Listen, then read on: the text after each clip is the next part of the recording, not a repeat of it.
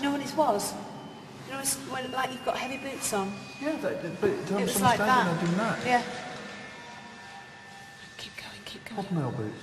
Yes, that's it. Please affect something in the room. Please affect the piece of machinery that's in the middle of the table. Oh, God. Make it go so cold that it's unbearable.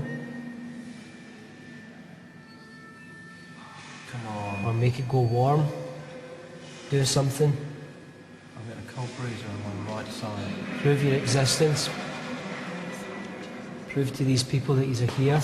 That's not right. I'm not kidding. Take your glove off and feel them. Put your hand on me. So it takes me about half an hour to get my glove off. That isn't right. I can't feel it. Literally, they're like painfully covered. My gloves. Oh my God, I can feel them through my gloves. They're that cold. Do you want my Can I gloves? put my gloves on? Put my gloves on. You're not using them? No, I won't use them. That's too much. That's right.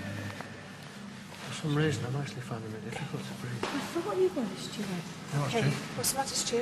I'm just finding it difficult to breathe. Are you? All you warrant officers, flight sergeants, are you here? Oh, it's cold. Did you speak then, Chris? What did he say? Yes. Really? Really? Are you sure you didn't say anything? Yeah. What's right here, Dad? What's it? Right here. Speak to us again. Speak in between us again. Put me in home. You all right? Do you want to Do you need your inhaler, Stu?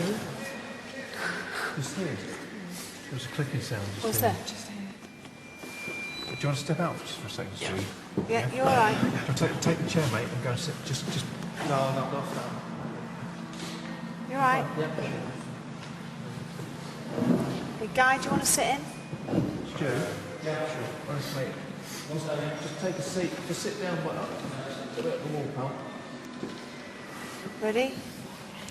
Is it possible to play any music, Arch, now? Different tone. Let's just switch a track now. Let's just see if this affects the atmosphere. Hands on the table.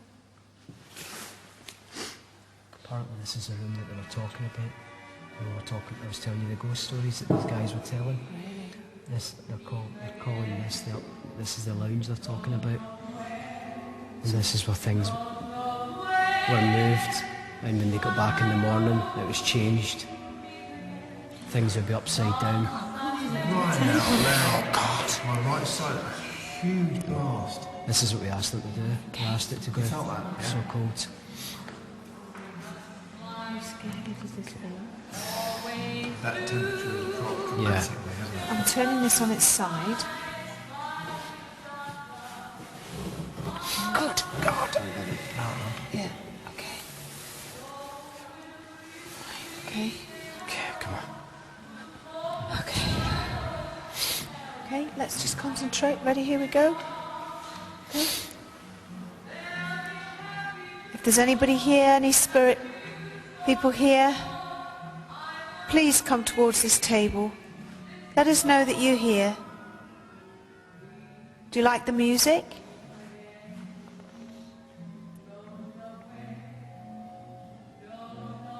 Are you still with us? Who've we got? I don't know, but we've got a dark, it's like just like a dark mist. And Where? It's over here. Just where Carl is, but not right beside Carl. Back a bit from him. I don't know what it is. Can't communicate with it. It's not got a form, whether it's man or woman. It's just it's like a mass, just like a black mass. Okay, take the music out, Arch, please.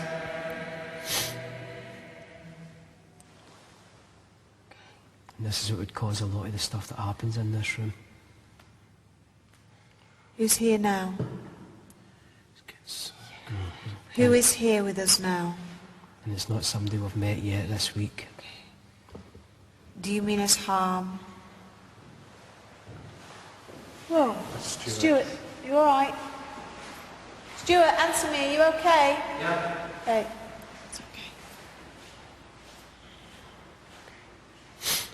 Just wait for Stuart's footsteps to go out. Do you mean us harm? 2 knocks for yes, 1 for no. Who are you?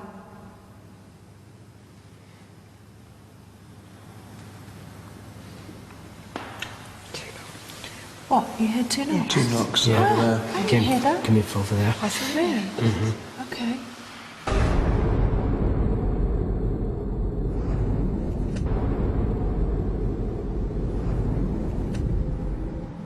Welcome back to Most Haunted Live, The Silent Town. We are based in Norfolk at RAF West Raynham. Once a throbbing, bustling hubbub of international activity, now quiet, silent, eerie. It was closed in around 1994-95. It has been virtually abandoned since, but tonight we are there conducting an investigation, and the team here also have some views on what's happened tonight. Phil Wyman's here with us. Hello again, Phil, paranormal investigator. We got that very odd high-pitched squirting noise almost, that noise of a dynamo or something, and you have a theory about something we might attempt with that, an experiment we might do. Yeah, I mean, there is a kind of theory that perhaps spirit operate on a different vibratory frequency. Therefore, if any sounds are heard, they're normally at a very high frequency, like you play something back at high speed on an audio recorder. So my kind of theory is, I hope Kieran gets a chance to try it, is to record the sound, play it back slowly and see if we get actually any kind of anything that makes sense vocal-wise. It's a great night for it to happen because, of course, it's night 4 of a 7-night investigation. If Kieran doesn't get a chance, we can try it overnight and bring it to people tomorrow, either on our post-mortem show on Living It or after 9 on Most Haunted. What do you make of the noises so far tonight? Very loud indeed, lots of very loud knocking. I mean, the knocking, again, and I've said it a couple of times already, the highest reported incident on paranormal activity is audio phenomena. So it doesn't surprise me that they're getting a lot of noises, knocking sounds. And by far, the most reported activity, audio-wise, is footsteps. Now, we mentioned poltergeist earlier on. We had a stone apparently possibly thrown or materialised in the audience. Is it possible that when we're asking questions like, do you mean us harm, 2 for yes, and you get 2 knocks, could that be somebody effectively playing with the team? They don't genuinely mean them harm, but they are just malicious, almost mischievous spirits. Yeah, there are reported incidents that, on things like Ouija boards especially. You get a spirit comes through that is mischievous, kind of tells you untruths about in response to questions that you ask. So again, it wouldn't surprise me if somebody is having a bit of a joke with them. Thank you for the moment, Phil Wyman. I would like to thank the Lincolnshire Aircraft Recovery Group for the loan of those trigger objects, those fascinating objects we've been using in various seances, which had some amazing results from. Thank you very much indeed, and thank you to the people at home who've taken the time and trouble to communicate with us via Interactive and Julian Clegg. Thanks, Paul, and you've been brilliant all the way through this live. There's some great stories about RAF West Raynham. Keep them coming. Let's go through the webcams, though, first up and see what you're saying about those. Webcam 1, first of all, the rear stairwell. A figure standing in the right-hand doorway seems to be angrily throwing its fists around, said James and Tracy from Stoke-on-Trent.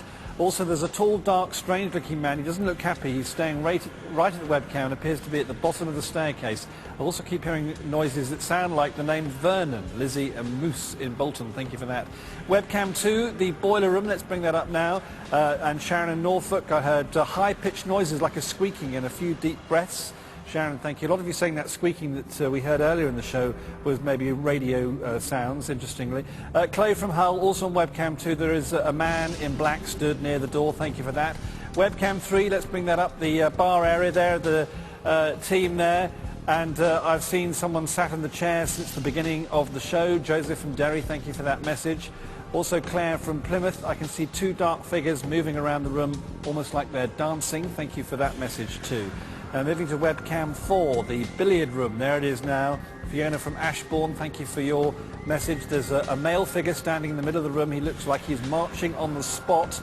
He has a long army coat on him, and the name Joseph keeps coming to me. Thank you, Fiona.